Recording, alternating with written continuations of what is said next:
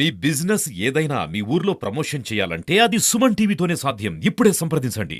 నేను చాలా మందిని చూశాను. వాళ్ళకొక కళ. ఆ కళ ఏంటంటే నేను సర్వీస్ కమిషన్ లో సెలెక్ట్ అయ్యి మెరిట్ లో రాష్ట్ర ప్రజలకు పేదరిక నిర్మూలన చేయడానికి నేను ముందుకు రావాలి అనేది వాళ్ళ ఆలోచన. అలాంటిది మీరు చూస్తే ఈ రోజు నాటి చైర్మన్ ఆ రోజు చేసిన వాళ్ళందరినీ, ఎప్పుడు కూడా నేను 45 సంవత్సరాల రాజకీయాల్లో ఉన్నాను. చైర్మన్ వేసే వ్యక్తిని రాష్ట్రంలో ఉండే వాళ్ళందరినీ ఎతికి నీతి నిజాయితీ సమర్థతకు పెద్దపేటేసి నామినేట్ చేస్తాం. అక్కడ కాంప్రమైజ్ ఉండదు కూడా. చైర్మన్ కాంప్రమైజ్ అయితే ఇంక బోర్డు అంతా కూడా సర్వనాశనం అయిపోతుంది. అందుకే మీరు చూస్తే ఆ రోజు ఉదయ భాస్కర్ ఎవడో నాకు తెలియదు, మాకుండే ఏజెన్సీస్ ద్వారా ఇన్ఫర్మేషన్ తెప్పించాం,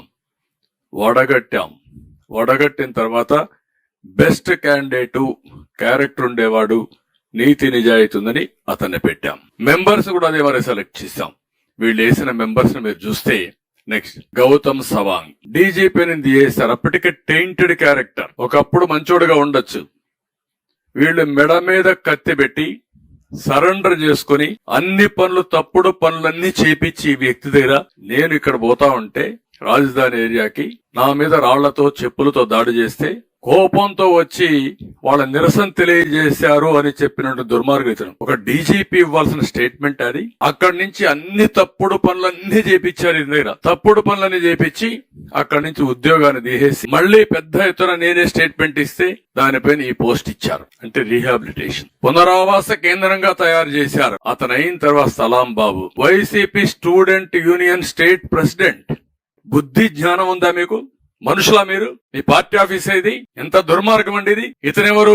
జీవి సుధాకర్ రెడ్డి, వైసీపీ నేత, అనంతపూర్. ఇతను సుధీర్, సీఎం జగన్ తాత రాజారెడ్డి అన్న ప్రభదాస్ రెడ్డి మనోడు. ఇతను సూత్రధారి, కేంద్ర బిందువు, అవినీతి అవకతవకలకు నాంది ఇతను, చక్రం తిప్పిన వ్యక్తి ఇతను. ఇలాంటి దుర్మార్గమైన నీచమైన కార్యక్రమాలు చేసి ఈ పని చేసి సోనీవుడ్ నూతలపాటి ఎవరో ఒక ఐఏఎస్ ఆఫీసర్ బంధువు సివి శంకర్ రెడ్డి, ఈయనకి చాలా అత్యంత సన్నిహితుడు సెలీనా.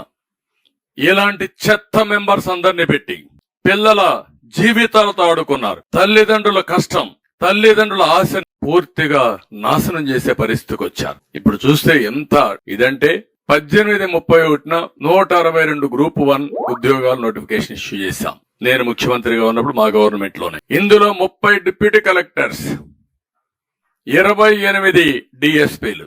వైసీపీ పాలనలో ప్రిలిమ్స్ ఎగ్జామ్ జరిగింది 27/5/2019. మెయిన్స్ ఎగ్జామ్ 14/27 డిసెంబర్ 20లో జరిగింది. ఇక్కడి నుంచి ప్రారంభించారు. అంటే అంతవరకు ఉన్న సాంప్రదాయాలన్నిటికీ తిలోదకాలు ఇచ్చేశారు. అక్కడి నుంచి మీరు చూస్తే నోటిఫికేషన్ విరుద్ధంగా మాన్యువల్ మూల్యాంకనం కాకుండా డిజిటల్ చేశారు. రాజ్యాంగంలో మనం చట్టాలు చేస్తాం. ప్రతి ఒక్క అధికారికి అధికారం లేదు వైలేట్ చేయడానికి. చట్ట ప్రకారం పనిచేస్తే ఉంటారు, లేకపోతే వాళ్ళకి శిక్ష పడాలి. అవసరమైతే ఇలాంటి దుర్మార్గులందరినీ జైల్లో పెట్టి శాశ్వతంగా పనిష్ చేస్తే తప్ప ఈ పిల్లల భవిష్యత్తు బాగుపడదు. మొదటైతే వస్తే డిజిటల్ వాల్యుయేషన్ చేశారు. అభ్యర్థులు కోర్టును ఆశ్రయిస్తే 3 నెలల లోపల మాన్యువల్ ఇచ్చేయమని జస్టిస్ సోమయాజులు తీర్పిచ్చాడు. అది కూడా 21 అక్టోబర్ 1న. ఎంత కష్టపడ్డారో నేను చూశాను. ఆ స్టూడెంట్స్ ని, నిరుద్యోగుల్ని. పిల్లర్ టు పోస్ట్ తిరిగారు, రాజకీయ పార్టీలు అందరి దగ్గర తిరిగారు, మీడియా దగ్గరకు వచ్చారు. వాళ్ళు చందాలు వేసుకున్నారు అడ్వకేట్ కోసం. ఎక్కడికక్కడ పోరాడి తీసుకొచ్చారు. అన్యాయం జరిగిపోతా ఉందని పోరాడి తీసుకొచ్చారు. ఈ రోజు రేపు ఉంటుందనే ధ్యాస కూడా లేదు వీళ్లకు. అక్కడి నుంచి 21 డిసెంబర్ 5న మార్చి 20 వరకు మంగళగిరిలో హాయ్లాండ్ లో మాన్యువల్ వాల్యుయేషన్ కోసం ఇతనే ఆర్డర్స్ ఇచ్చాడు. నెక్స్ట్ ఇతను ఆర్డర్స్ ఇచ్చాడు.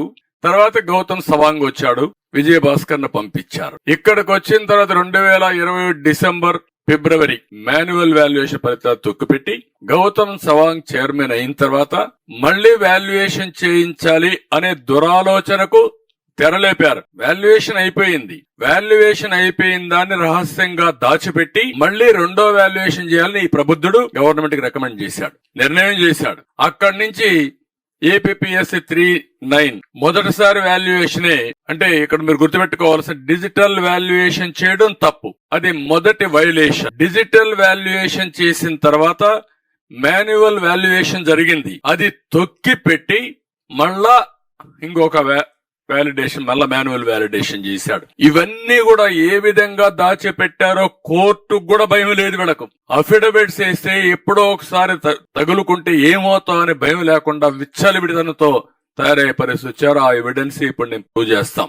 నెక్స్ట్ ఇక్కడ చూడండి, రెండో వాల్యుయేషన్ జరగలేదని కోర్టుని మిస్లీడ్ చేశారంటే పరిదెగించిన ఉగ్రవాదులు వీళ్ళు. సుమన్ టీవీలో మీ పర్సనల్ అండ్ బిజినెస్ ప్రమోషన్స్ కోసం కింది నెంబర్ కి కాంటాక్ట్ చేయండి.